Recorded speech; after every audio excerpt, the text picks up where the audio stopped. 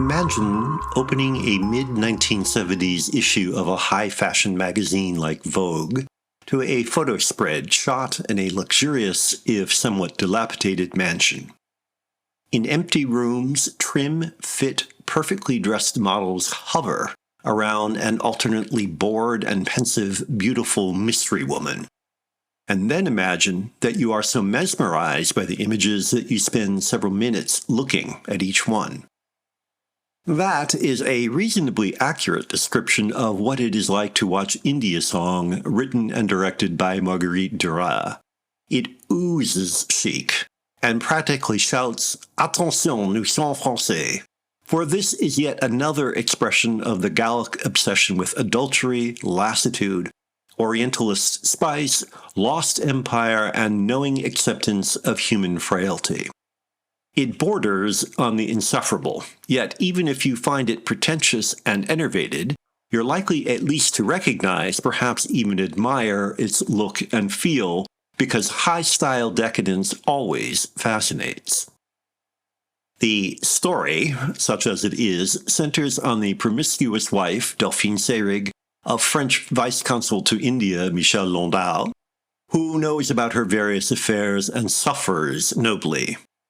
That limited description is, in fact, completely in accord with the film's methods.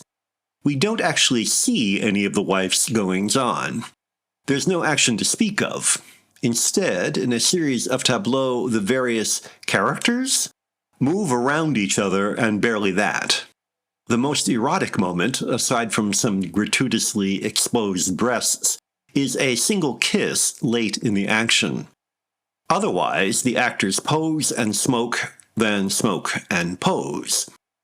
When feeling energetic, they dance slowly to India Song, a bluesy piano piece repeated so often, you're likely to start whistling it.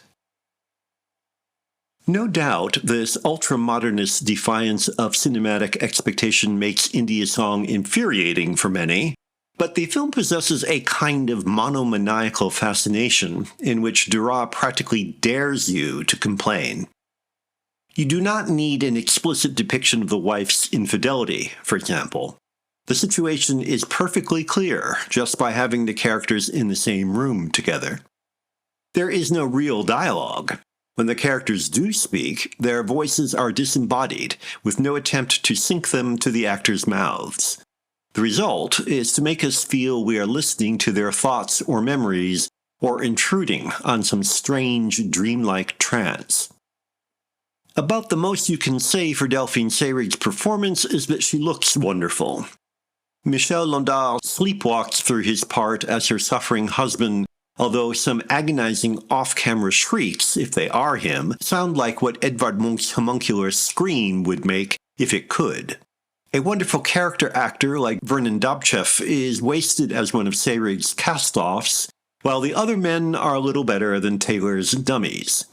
The emotional content is, therefore, as with all such demonstrations of the hell of being rich, European, and bored, largely flattened. India Song is nonetheless strangely compelling. Given half a chance, it may grow on you.